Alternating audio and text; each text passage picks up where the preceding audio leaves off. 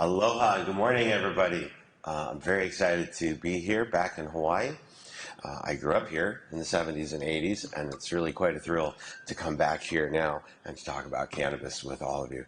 So, a few things I'm going to talk about today. I'm going to talk about activism, getting involved with NORML or other organizations that are helping to change the cannabis laws in your state, in Hawaii. I'm also going to talk about compassionate medical donations. This is a program of giving cannabis medicine to all of the people that need it. And then I'm also going to talk a little bit about events and participation and how you can get involved in the industry and how you can find wonderful events like the Hawaii Cannabis Expo. So first, let's talk about NORML a little bit. So NORML stands for the National Organization for the Reform of Marijuana Laws. NORML was founded in August of 1970. Think about that for a second. 53 years old, heading into their 54th year. Truly amazing that there's been somebody or a group advocating for consumer rights for that long. And let's be clear, NORML is advocating for consumer rights. This is not an industry representative organization.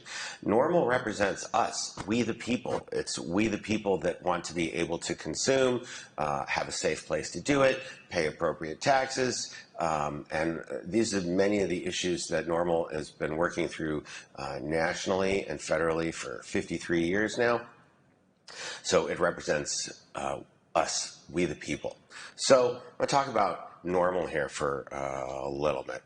So NORML's got a great website, norml.org, and regardless of where you are in the country, you can come here and you can take action in your state or at the federal level. So one thing that NORML does really, really well, I'm going to show you over here if we click on the Take Action button.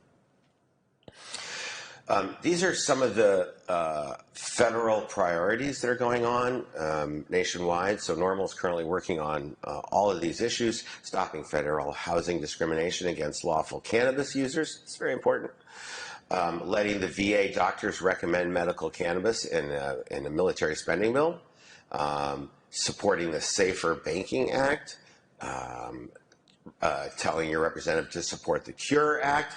Supporting medical cannabis research, telling Congress to prioritize cannabis policy reform, and the Veterans Equal Access Act. So these are some of the larger federal issues that NORML has their attention on. And on this Take Action section here, let's just go to this one here for supporting safe banking. So briefly, let me tell you what the Safe Banking Act is here. Okay, so the Senate Committee on Banking, Housing, and Urban Affairs is about to hold their first ever markup hearing on cannabis banking reform legislation with a newly introduced Safer Banking Act. And this Safe Banking Act has been introduced many times, and it's already been approved by the House of Representatives 7 times. And so the issue here is that lack of access to proper banking creates a serious threat to the safety of cannabis consumers and employees of the businesses that serve them, and it limits transparency and accountability for the legal industry and severely hinders the ability of small businesses to effectively compete with the underground market. And you folks know this very well here in Hawaii. The legacy market here in Hawaii, it's very, very old. It's been around for decades before I was ever around in Hawaii. And it's not going away anytime soon, is it? As we all know, cannabis just grows wonderfully here in Hawaii. So it's very easy to, have some plants growing in your out in your little backyard that nobody knows about. So safe access to banking, really important to help all these businesses push forward. I think there's a misnomer that it's difficult to bank cannabis, or it's impossible to bank cannabis businesses, and that's just not true at all. The reality is there are many banks in just about every state that is currently serving legal cannabis that are ready, willing, and able to serve CRBs, cannabis-related businesses.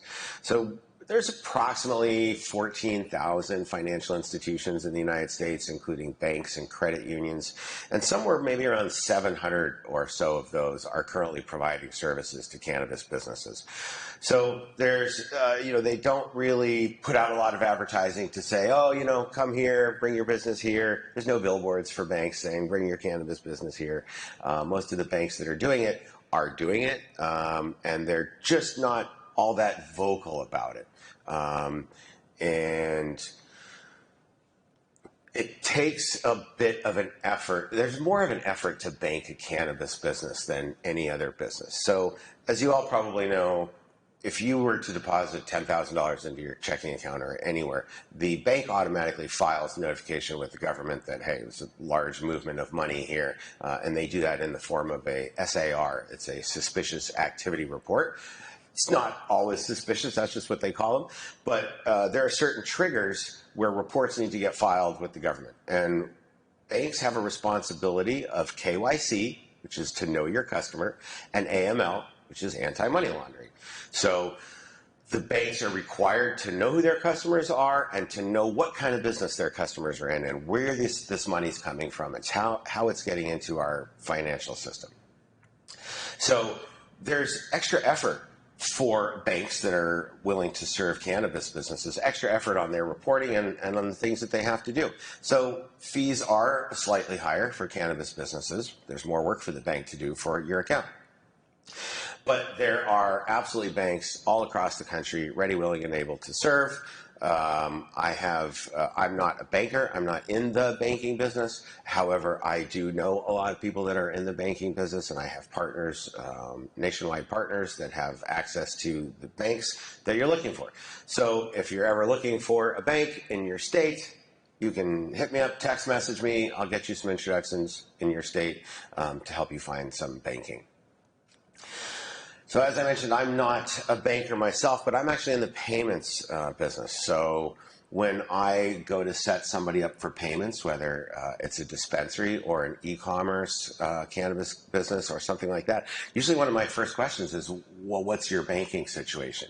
And, the minute that they say, oh, we're with Bank of America, and they probably know what we're doing, but that's just a red flag for me. If you can't unequivocally say, oh, I'm banking at XYZ, and they know I'm a cannabis business. That's the kind of response I'm looking for from people when I go to set up their payments. Because if your bank doesn't know what you do, you're building your entire financial platform on really shaky foundation. And once the bank figures out that they don't want you as a customer, they're going to shut your account down and they freeze it. And 30 to 60, 90 days, they send you a check for the balance of your account. But they just freeze it instantly when they don't want you as a customer anymore. So it's really, and that messes everything up. If your bank account gets frozen, I can't do deposits to your checking account anymore because your bank's been shut down. So it's super important that that all businesses are with a bank that knows exactly what they're doing. Let's see. So a couple other things here about NORML I want to go through. NORML does a great job of listing out all the laws in your state. Let's just take a look at Hawaii since we're here. Okay, here we go. Actually, state legalization. So NORML does a great job of keeping us all updated on what's coming up in different states. And what we can see right here at the top is the Hawaii legislation that's currently pending, which of course everybody here is very excited about, and we hope that goes through. Just briefly, I think many of you know about the bills that are currently pending in Hawaii, HB 2600 and SB 3335, to legalize adult use marijuana in Hawaii. So, and under this proposal, adults would be able to legally possess, grow, and purchase cannabis and cannabis-related products. Now, there are elements of this legislation that NORML believes really falls a little bit short, such as the law does not provide for the automatic review and expungement of prior cannabis-related convictions. And we all know how important this is. It's crazy to imagine that people are in jail today for selling cannabis when the states are passing out licenses to sell cannabis. So, clearly, if you're going to give this person a license, then that person needs to come out of jail. It's so clear. But there are very few states that have actually stepped forward that way. Unfortunately, Hawaii has not. But there's always room for improvement, and we hope that that will come along maybe next, and that we can get all of the prisoners in Hawaii that are in jail for nonviolent cannabis convictions. They need to come out right away. So there's also something in the current legislation that NORML opposes, and this is the arbitrary per se THC blood limit for motorists. So there's been more and more studies coming out all the time about THC when it comes to driving. And so I think that the more studies need to be done. And at this point, it's probably hard to conclusively link it like we do with alcohol and say, oh, once you hit a 0.08, you're legally drunk. Well, what is this number in cannabis? I mean, how do we say that somebody's impaired? And I don't know that we're totally there yet on the science on how to do that. Obviously, nobody should be driving impaired. So in the past year, what's happened in Hawaii, lawmakers and the governor have stood firmly against these legalizations. But this year, we see a potential path to passing this as it becomes much more clear. And so I think that 2024 could be a big year here in Hawaii, where we move from a medical market to an adult use market. So let's hope that that happens. One of the things you can do here on NORML, like if you're in Hawaii, you come here to click on the Hawaii legislation, and right here at the bottom, you have the ability to put in your name, your email address, and some of your basic details, and your zip code. When you put your zip code in, the NORML website's going to look up who your representative is, okay? And then you're going to get this form letter right here. You click Start Writing. We're going to write the letter for you. Add your name to it. You send it off to your representative just by Start Writing and then click Done. A nice form letter telling your senator, hey, my name's Ian Rassman. I live in your district. There's this legislation coming up. This is how I'd like you to vote, right? Like, these people work for us. So we need to tell them what we want. And so NORML provides a great tool right here for just banging out, like, these are the issues that I'm concerned about. I want you to know that. And so you can just go here and send letters off to your representatives. And as you saw, there are actually many letters that you can send. You should be sending, you can click on these federal issues, because we're going to look up who your representative is nationally, and your local representatives here in Hawaii. So this is a great website to go. You should just hit this once in a while and, you know, send your support, remind your senators and your congressmen what you'd like from them.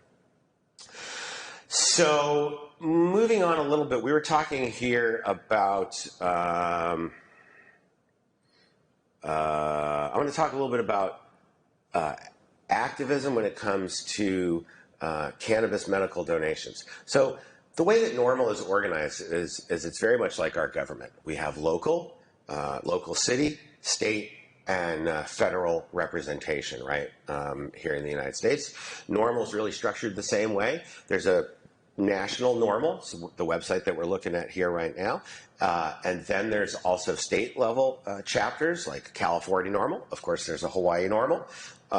And then in bigger states like California, we actually have additional chapters, like we have a Los Angeles NORML, for example, which is my chapter. And so I run LA NORML. As I mentioned, NORML is the National Organization for the Reform of Marijuana Laws. So I live in LA. And LA very easily is the largest cannabis-friendly city on the planet. So my team and I, we were not really motivated to spend our time running down to City Hall and complaining about how the laws in LA could be better. They're not all that bad. There's certainly things that could be better, taxes and access and more licensing and all these things. But my team and I, we decided to focus our efforts on some amazing legislation that we have in California. It's called SB 34. It is the Dennis Peron and Brownie Mary Act. Dennis Peron and Brownie Mary were activists in the 70s, 80s in San Francisco. They were very specifically Brownie Mary was baking brownies, the good brownies, and she was passing them out in the hospital to AIDS patients. Everybody noticed very quickly that cannabis helped in the wasting syndrome that a lot of AIDS patients were facing. So Dennis Prone and Brownie Mary really made it their mission to bring cannabis to the patients in San Francisco that needed it so badly. So this bill is named after them, and very appropriately so. So SB 34, let me come over to that. So this is the donation program that my team and I built based off of this, and it is the, here we go, SB 34, Dennis Prone, Brownie Mary Act, named after two pioneers of the medical cannabis access, was the community-driven response to revive compassionate cannabis donations. In California, Senate Bill 34 creates that legal pathway by which licensed cannabis companies can donate legal and tested products to eligible patients. So we decided that we would help bring the cannabis industry, our nonprofit partners, and the community together to provide medicine, fellowship, and charitable services to patients in need. Over the last 3.5 years, we have donated over $4 million worth of medical cannabis products, California medical products, to veterans, cancer patients, lupus, Crohn's, MS, Huntington's, Parkinson's, all these things that people have been suffering from where cannabis has been known to provide some relief. We are helping the industry donate it back into the community. We are focused largely on veterans, terminally ill people, elderly, mental health, financial. Also, you know, cannabis as a medicine can be expensive, so not everybody can afford it. So this website here sort of basically tells the industry how they can get involved. So, you know, whether you're a cultivator or a retailer or a distributor or a lab or a brand or whatnot, you can participate in this program. So here's some of our partners that have been donating. It's not at all a comprehensive list. There's been a lot of people that have been kicking into this program. This program has been built to be copied and replicated. We want other states to build programs like this. Other countries, as they come online in their cannabis markets, should be putting out a community program similar to this. So we have put all of the California legislation right here on our website, and you can just click this, get the full document on what the legislation is in California. Take that, if anybody's listening in the audience, take this right here, open it up, do a word replacement, change California to Hawaii, and start right there. Send that off to your representatives and say, hey, why don't we start with something like this? The legislation could definitely be improved. The way that it is today is it allows the licensed supply chain to deduct the taxes that they would normally owe the government if they're donating that medicine. So in our track and trace program in California, everybody has the option to check mark a product as an SB 34 donation, and that means that that particular part of the supply chain will not have to pay their taxes on that. But they still, they don't get to write off the cannabis that they're giving away. And that's what I mean by the legislation could be better. I mean, they should be able to write the whole thing off, but that's not the way it is today. They just don't owe the state taxes. So the program could use some improvement, but at the same time, it's still an amazing program, and it's had a real impact on the community. And I'd like to show you a little brief video. We were fortunate enough to get written up in High Times magazine for this program, and you can see that the tagline is that medical donations help reduce opioid use. Now, this is a huge thing. As I mentioned, we've been targeting a lot of veterans with the program. We've partnered with organizations like American Legion Post, because that's how we find the veterans. So we'll go into an American Legion Post and we'll do a donation, maybe about, usually these are about 50 people at a time. They're pre-registered. All of them have a medical card in California. This is a requirement. 50 people will come in. We'll have bags set up ahead of time. Let me just show you a few pictures of what an event looks like. Here's some people inside of a dispensary in Santa Ana. We have a few more pictures here. people looking at the products that they got. There's everything on the table there. It may be tinctures, it may be topicals, it may be flour, it may be vapes, cartridges, all kinds of products. Whatever we get goes into these bags. Ready? There we go. Veterans Cannabis Coalition, one of our founding partners on this program. Eric Gopel and Shelley McKay, really two of the pioneers of our program in designing it. These two are wonderful. Eric's a veteran himself, also that founder of that Cannabis Coalition. So I want to show you a brief little video here. This is an actual event ongoing. Our partners here, our dispensary partner, Pineapple Express, was hosting this donation. And so I want to show you a little video so you have an idea of what one of these events looks like. All right. Looks like we are going to have some sound. Great. Because you're going to hear from some of the recipients of this donation what it means to them. Okay.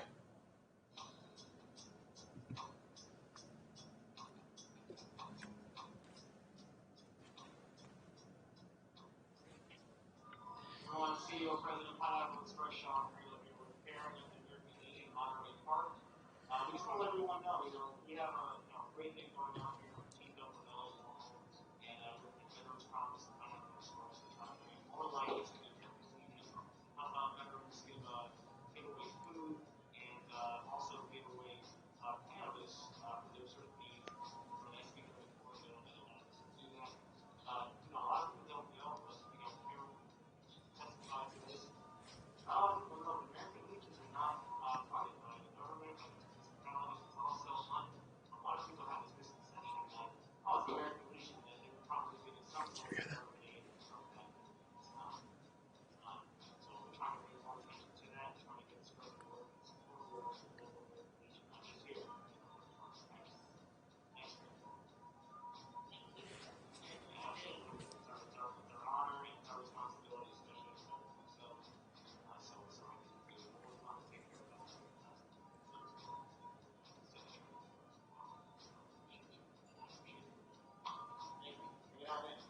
So what you can see in the background there, there's food in there. So this is not just a cannabis donation. This is really a donation of all services.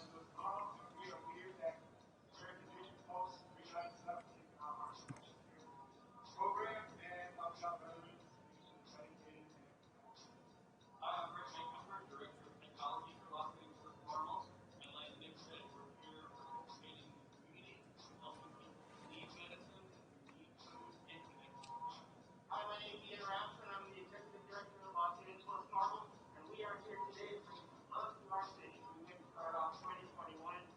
This is all about compassion.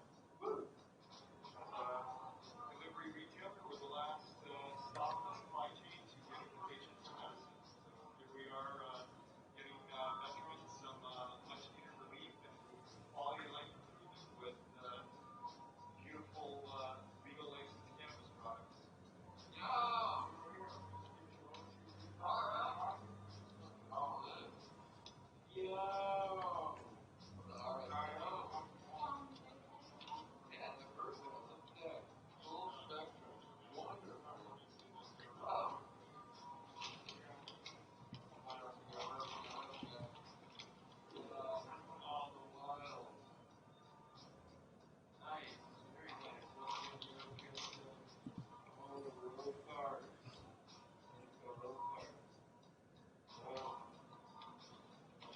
What's amazing sometimes is you see some of these veterans like in tears when they're opening up their bag of medicine that's going to last them for the month.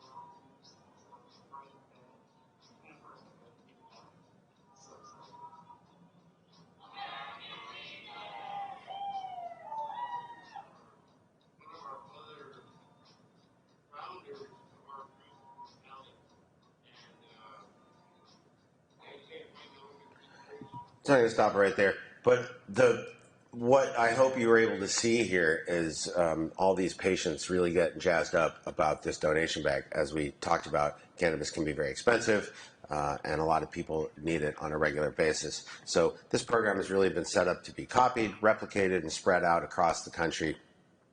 And it's really a mission of love, light, and mercy. And very importantly, this is a mission about changing the stigma, right? So we all need to remember that we're in a constant battle of changing the stigma and teaching the general public that cannabis is a medicine and it's not a drug, right? So this is a very important part of changing the stigma, and legalization programs like this help to do that. So this is the cannabis donation program, and I also wanted to talk briefly about, we covered payments, banking. I wanted to talk briefly about events. So it's really important for people that are in the cannabis industry to know where to find great events like the Hawaii Cannabis Expo. Things like this are so important for all of us to come together and have a chance to meet each other and shake hands. You know, this is an old game in cannabis where you didn't do business with anybody until you knew who they were and you met them in person and you shook their hand, right? Like, you just didn't do that. We're still there today. We generally don't really do business with people that we haven't shaken their hand and met them face to face. So it's really important to come out to events like the Hawaii Cannabis Expo. This is where it's at. This is where you meet everybody. This is where you know how to push your business forward and meet the new partners that you're looking for.